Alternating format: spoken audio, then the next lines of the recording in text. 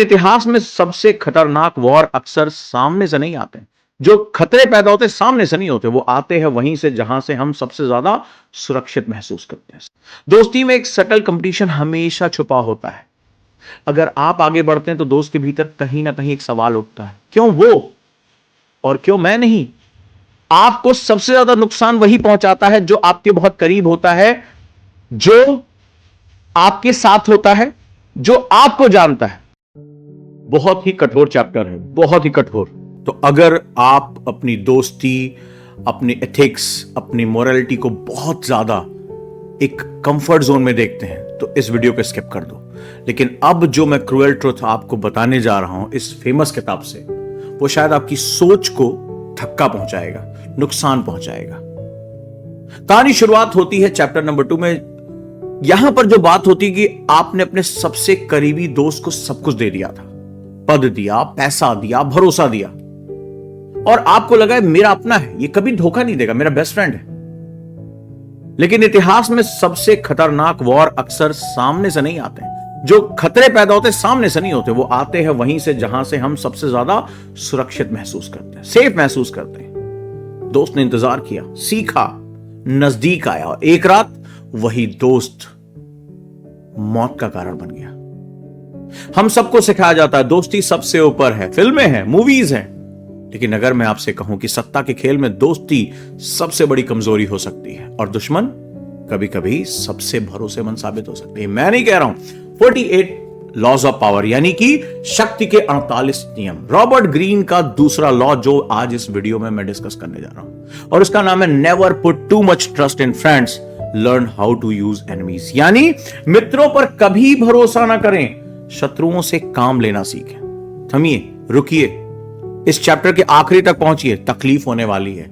लेकिन मैंने पहले भी कहा था, ये जो वीडियो की सीरीज है, ये उनके लिए नहीं है जो भी जिंदगी में एंट्री ले रहे हैं। ये उनके लिए है जिन्होंने जिंदगी से पटक पटक के मार खाई है, जो टैलेंटेड थे लेकिन हारे हैं, वो जो जानते हैं कि धोखा क्या होता है, धोखा खाना क्या होता है, दिल टूटना क्या होता है, अपनों की मार दुनिया की सबसे बड़ी मार होती है। वीडियो उनके लिए है।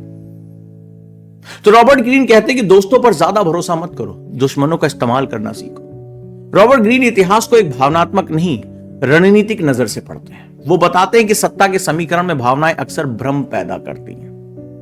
तो चैप्टर नंबर 2 का असली मुद्दा है दोस्ती लॉयल्टी से कम और फैमिलियरिटी से ज्यादा चलती है, और फैमिलियरिटी अक्सर जेलसी को जन्म देती है। तो दोस्तों, मैं आपका गाइड होजांक, और मैं आज आपके लिए लेकर आया हूं 48 लॉज ऑफ पावर का एक ऐसा चैप्टर जो आपको थोड़ा सा फिर से अनकंफर्टेबल करेगा। तो वीडियो के आखिरी तक बने रहिए, क्योंकि जानने कब कौन सी बात जिंदगी बदल दे। ग्रीन इस लॉ को समझाने के लिए बीजेंटाइन साम्राज्य की कहानी लेकर आते हैं। सम्राट माइकल तृतीय ने अपने करीबी दोस्त बेसिल पर भरोसा किया। बेसिल बहुत साधारण पृष्ठभूमि से था। माइकल ने उसे ऊपर उठाया, उसे पावर दी, उसे दरबार में जगह दी, दोस्ती बहुत गहरी थी। लेकिन यहीं से खतरा शुरू होता है। जब आप किसी दोस्त को ऊपर उठाते हैं तो दो भावनाएं एक साथ चलती हैं, एक कृतज्ञता की, ग्रैटिट्यूड, और दूसरा छुपी हुई तुलना की, कंपैरिजन। बेसिल ने देखा कि अब वो सत्ता के बेहद करीब है, पावर के करीब है। उसने सीखा, उसने समझा कि असली ताकत कहां है। और एक ऐसा समय आता है जब वो अपने ही मित्र, अपने ही संरक्षक माइकल की हत्या कर देता है और खुद सम्राट बन जाता है।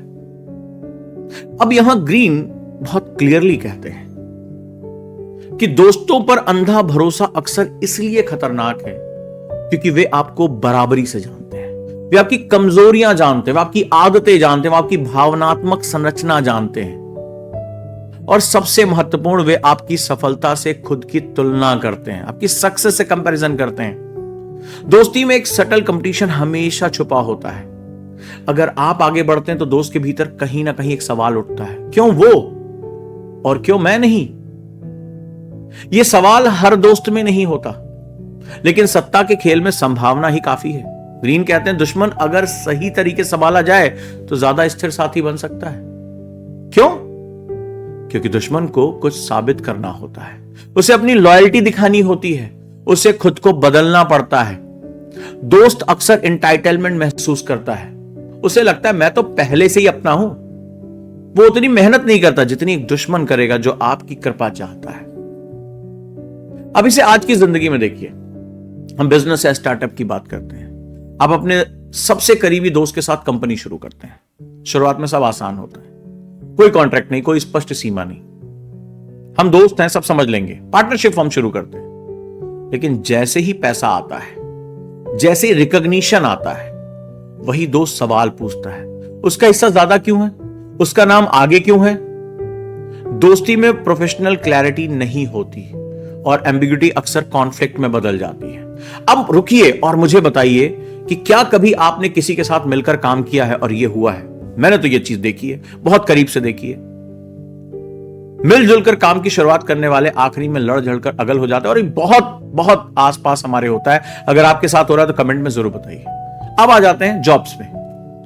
आप अपने किसी पुराने दोस्त को अपनी टीम में हायर करा लेते हैं, यार दोस्ती है चलो रेफरेंस करके अपनी टीम में लाते हैं। आप उसे स्पेशल ट्रीटमेंट भी देते हैं, अरे मेरा दोस्त है यार। लेकिन बाकी टीम देखती है, रिसेंटमेंट पैदा होता है, और वही दोस्त भी धीरे धीरे आपकी अथॉरिटी को कैजुअल लगने लगता है, क्योंकि वो आपको बॉस से पहले दोस्त के रूप में देखना शुरू कर देता है, और फिर वो कई मौकों पर आपको चैलेंज कर देता है। आते हैं पर्सनल सर्कल पे, निजी जिंदगी में।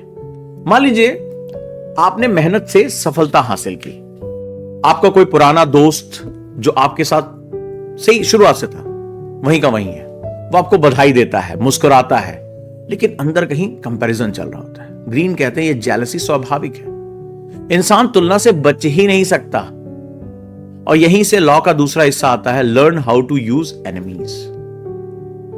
अगर कोई आपका पूर्व दुश्मन है और आप उसे अपने पक्ष में कर लेते हैं, तो वो अक्सर अपनी लॉयल्टी साबित करने में दुगनी मेहनत करता है। इतिहास में कई शासकों ने अपने पुराने विरोधियों को अपने दरबार में स्थान दिया, क्योंकि वो जानते थे जो व्यक्ति पहले आपका विरोध कर चुका है, अगर वो बदल कर आपके साथ आ जाता है तो अपनी विश्वसनीयता साबित करने के लिए अधिक कमिटमेंट रहेगा, ज्यादा फोकस करेगा।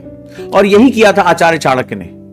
अमात्य राक्षस जो हर हालत में चंद्रगुप्त को मार देना चाहता था, उसको घेर कर अंत में चंद्रगुप्त मौर्य को गद्दी पर बिठाने के साथ साथ अमात्य राक्षस के मन में डाल दिया कि तुम इस गद्दी के प्रति लॉयल हो, और उन्हें पता था कि अगर अमात्य राक्षस दुश्मन बना रहा तो चंद्रगुप्त मौर्य को टिकने नहीं देगा।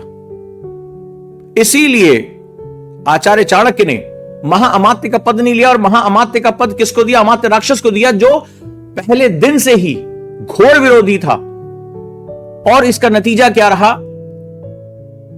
कि नंद वंश की लड़की से शादी कराई, उसके मन में प्रतिष्ठा डाली कि तुम्हारी तो गद्दी के प्रति वफादारी है, कोई भी बैठे, और एक ऐसे व्यक्ति को जो हर हालत में चंद्रगुप्त मौर्य को उखाड़ के फेंक देना चाहता था, उसी को रक्षक बना दिया, और फिर मौर्य साम्राज्य शांति से आगे चलता रहा। ग्रीन कहते हैं कि मतलब ये नहीं कि आप हर दोस्त से शक करें, उस पे जो है उसके बारे में उल्टा सीधा समझें। ग्रीन कहते हैं कि भावनाओं को स्ट्रेटजी से अलग रखो, दोस्ती को पर्सनल स्पेस में रखो, सत्ता और निर्णय के स्थान पर मेरिट और क्लैरिटी रखो।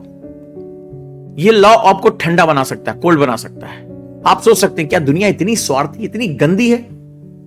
इस किताब को पढ़ने के बाद कई मेरे जो सीनियर हैं, बुजुर्ग हैं, उन्होंने कहा यार ये किताब मत पढ़ना, बहुत बहुत खराब किताब है ये, लिटरली कह रहा हूं। लेकिन जब आप धीरे धीरे बिजनेस की दुनिया में, पावर की दुनिया में आगे जाते हो, तो लगता है कि हर कही गई बात उतनी ही महत्वपूर्ण है। आपको सबसे ज्यादा नुकसान वही पहुंचाता है जो आपके बहुत करीब होता है, जो आपके साथ होता है, जो आपको जानता है। ये अगर बात सत्य है तो कमेंट में जरूर लिखना। ग्रीन का जवाब है कि दुनिया बहुत भावनात्मक है और भावनाएं अस्थिर होती हैं, आज आपके फेवर में कल आपके अगेंस्ट होंगी। दोस्त आपकी सफलता का जश्न मनाएगा, लेकिन वही सफलता उसे कभी कमी का एहसास भी दिला सकती है। दुश्मन खुले रूप से विरोध करता है, दोस्त अक्सर चुपचाप तुलना करता है। प्रैक्टिकल लेवल पर इसे कैसे लागू करते हैं? अगर आप नेतृत्व की स्थिति में हैं, अगर आप पोजीशन हैं, तो दोस्त को सिर्फ दोस्त की जगह पर रखें। ये याद रखिएगा, क्योंकि आप पावर डायनेमिक्स में जा रहे हैं, आप आईएएस आईपीएस बनेंगे। जैसे आप पावर में आएंगे, लोग अपने आप आपकी तरफ भागेंगे, और जब भागेंगे तो वो चाहेंगे कि आप अपनी पावर का यूज करें, उनको कुछ प्लॉट दिलवा दें, उनको कुछ ये करवा दें, उनकी जॉब, और आप नहीं करेंगे तो आपको बहुत ताने मिलेंगे। ये बहुत इंटीग्रल पार्ट है, इस बात को याद रखिएगा। इसीलिए प्रोफेशनल रोल्स में स्पष्ट सीमाएं तय कर दें। अगर आप किसी दोस्त के साथ काम कर रहे हैं तो लिखित समझौता करें, बोले यार मैं प्रोफेशनल हूं। एक्सपेक्टेशन साफ रखें, एजम्पशंस पर मत चलें, क्योंकि अगर कोई व्यक्ति पहले आपका क्रिटिक था, अब आपके साथ काम करना चाहता है, तो यह भी याद रखिए कि उसे रिजेक्ट मत करें। कभी कभी वही व्यक्ति आपकी सबसे बड़ी संपत्ति बन जाता है। ग्रीन चेतावनी भी देते हैं कि हर दुश्मन उपयोगी नहीं होता है, लेकिन हर दोस्त सुरक्षित भी नहीं होता है। यह लॉ हमें भावनात्मक अंधेपन से बाहर निकालता है। अब यहां पर ग्रीन एक अनकंफर्टेबल आईना दिखाते हैं। क्या आपने कभी अपने किसी दोस्त की सफलता से हल्की सी चुभन महसूस की? खुद पर ये कहते हैं कि प्रैक्टिकल करके देखो। क्या आपने कभी सोचा अगर मैं उसकी जगह होता तो? 3 इडियट्स का डायलॉग है ना कि दोस्त अगर फेल हो जाए तो बुरा लगता है, लेकिन दोस्त अगर टॉप कर जाए तो और बुरा लगता है। और अगर हां, यानी रॉबर्ट ग्रीन की बात को आप सहमत होते हैं, तो समझिए मानव स्वभाव है, ये ह्यूमन नेचर है। और वही स्वभाव सत्ता के खेल में खतरनाक हो सकता है।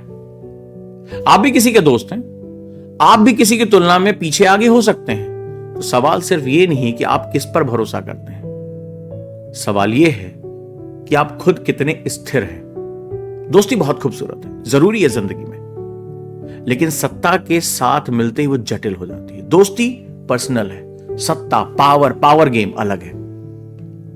ग्रीन हमें सैनिक बनने को नहीं कहते हैं, वो हमें अवेयर बनने को कहते हैं। कहते हैं भावनाओं को समझिए, जेलसी को पहचानिए, फैमिलियरिटी को हल्के में मत लीजिए, क्योंकि इतिहास में कई शासक अपने दुश्मनों से नहीं, अपने दोस्तों से गिरे हैं। और अब रुकिए, अपने जीवन में 3 लोगों के बारे में सोचिए, एक सच्चा दोस्त, एक पूर्व दुश्मन और एक व्यक्ति जिस पर आप आंख बंद करके भरोसा करते हैं। क्या आपने कभी उनके भीतर चल रही तुलना को पढ़ने की कोशिश की है? क्या प्यार में धोखा कोई बाहर का व्यक्ति आकर देता है, या जो साथ वाला था जिसके लिए आपने कस्में खाई थी वो देता है? और जाने से पहले खुद से पूछिए, क्या आप भरोसा भावनाओं से कर रहे हैं या समझ से, इमोशंस के अंडर में है या अपनी विजडम के? अगर कल आपका सबसे करीबी व्यक्ति आपकी जगह लेना चाहे तो क्या आप तैयार हैं? कमेंट में मुझे जरूर बताइएगा। वीडियो अच्छी लगी है तो लाइक करिए, चैनल को सब्सक्राइब करिए, और इसके तीसरे चैप्टर के लिए मैं जल्दी हाजिर हो जाऊंगा। क्रूर है ये किताब, लेकिन जिंदगी भी तो कहां इतनी आसान है। नमस्कार।